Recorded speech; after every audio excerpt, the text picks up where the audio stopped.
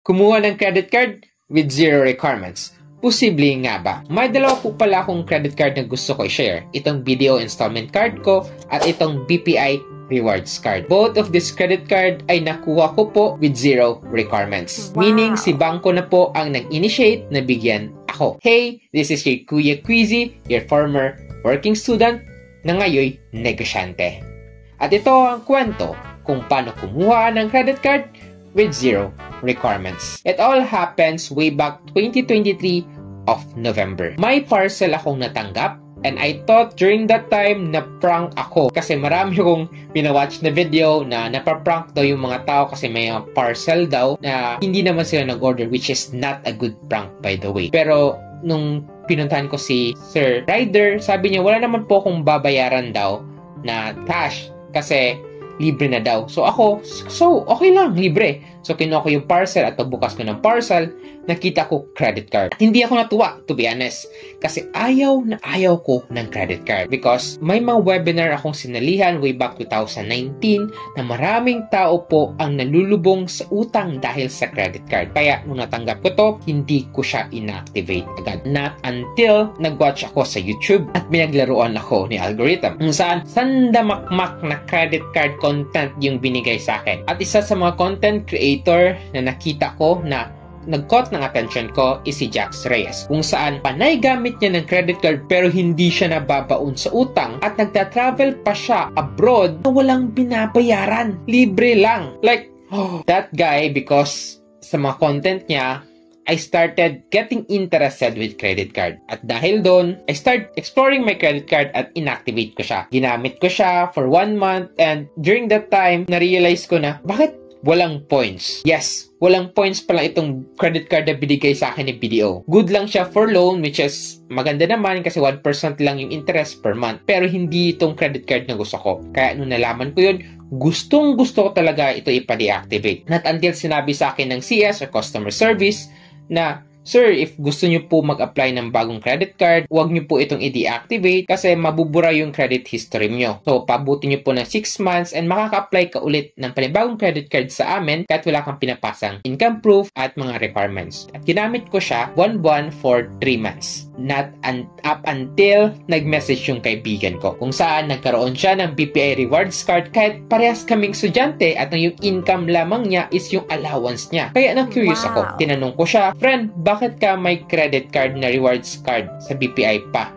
Kailangan ng income proof. Sabi niya sa akin, di mo ba alam pare? Para makakuha ka ng credit card, you simply need to build a relationship with your bank. Gamitin mo lang yung service nila. If may allowance ka, may sweldo ka sa trabaho mo or sa gig, ilagay mo lang sa bangko mo at i-withdraw mo. Gawin mo siya buwan-buwan at bibigyan ka na ng credit card. And that is when I realized kung bakit ako binigyan ng BDO installment card. Nung nag-create ako ng savings account sa BDO, may pinirmahan ako doon na once mag-qualify ako sa credit card nila, automatically sila na mag-send ng credit card sa akin. Ginawa ko yung advice ng friend ko. Pero hindi pa rin ako binigyan na kahit 3 months ko nang ginagawa yung sinasabi niya. Kaya tinanong ko ulit siya, friend, bakit wala pa rin akong credit card katulad mo? Sabi niya sa akin, sinunod mo ba yung advice ko sa'yo? Sabi ko, oo, sinunod ko. I build relationship with BPI. Nag-create ako ng savings account sa kanila at ginamit ko yung services nila. Tinanong niya sa akin ulit, magkano ba yung savings account mo? Sabi ko, 3,000 yung minimum lang. Sabi niya,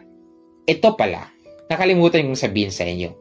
So if you want a credit card kay BPI, kailangan mo silang bigyan ng malaking trust sa pera mo. Meaning, kasi yung dating, if minimum or maintaining balance na yung pera mo nyo daw sa iyong savings account, meaning konti lang yung trust nyo sa bangko. The higher the balance sa bangko mo, exceeding yung maintaining balance, the higher your trust sa bank. And i-add din niya na if you want the bank to trust you, you also need to trust the bank. Kaya if you want a credit card, which represent the trust that bank have on you, you also need to trust the bank by putting a lot of your money sa yung savings account at hindi lang yung maintaining balance. So dahil doon, ginawa ko yung pera ko sa BDO, pera ko sa GCash, nilagay ko siya sa BPI. Dahan-dahan lang every month.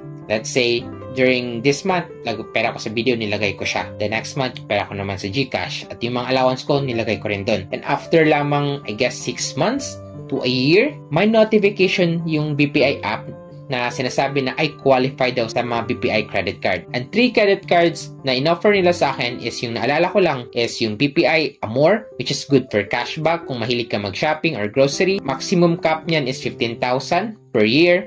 Yung BPI Petron kung may sasakyan ka at mahilig kang magmaneho.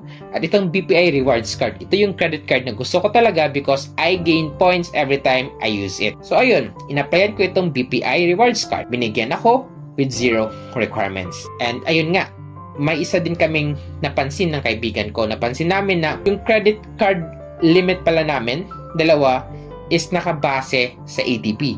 What I mean is that kung malaki yung ADB nyo, average daily balance, mas malaki din yung credit limit ninyo. So, paano namin ito nasabi? Kasi when we compare our ADB, na-realize namin na 60% pala ng average daily balance namin for 3 months to a year, yun yung credit limit namin. So, the higher your savings account, possible na mas mataas din yung credit limit mo. So, recap. Paano nga ba kumuha ng credit card with 0 requirements? You need to build relationship with your bank. Paano ka mag-build ng relationship is that you create a savings account and use their services. Pangalawa, dapat ang pera sa savings account mo ay hindi lamang maintaining balance. You need to exceed it. Kasi the higher your savings account, the higher din yung credit limit mo. Kasi nga yung trust ng bangko will represent the credit card. So the more yung trust mo sa bangko, i-reciprocate din yan ng bangko sa'yo through their credit card. Ngayon na alam nyo na paano kumuha ng credit card with 0 requirements. So why I am sharing this? I am sharing this because I believe that the earlier you get your own credit card or if you get your own credit card, the easier po mangutang sa bangko. And alam naman natin na the cheapest institution na magbigay ng interest sa utang ay yung bangko. And if ever uutang tayo sa labas, napakamahal talaga. Yun nga lang, because applying sa bangko is super mahirap talaga, especially if wala kang relationship na na-build sa kanila, marami sa atin ang hindi nakaka-start ng negosyo. So, by getting your own credit card with 0 requirements, and building it early if you're a student, possible na madali ka na lang mag-loan sa kanila because you already have a strong relationship with the bank. So, if you don't have yet your own credit card and interested ka ng kumuha, you can copy yung strategy ko para mabigyan ka din ng credit card ng bangko with 0 requirements. So, join me. Start building relationship with your bank to get your own credit card with 0 requirements para sabay-sabay tayong mag-travel for free or di kaya umutang sa bangko ng maliit na halaga para makapagsimula na tayo sa sarili-sarili nating mga negosyo. Kaya if you want more videos like this and gusto mo tong ganitong klaseng video, don't forget to like and subscribe and share na din sa mga friends ninyo for more videos like this. Comment ka nga dyan kung helpful ba ang video na ito para sa inyo. Yun lang. See you in my next video. Let's go!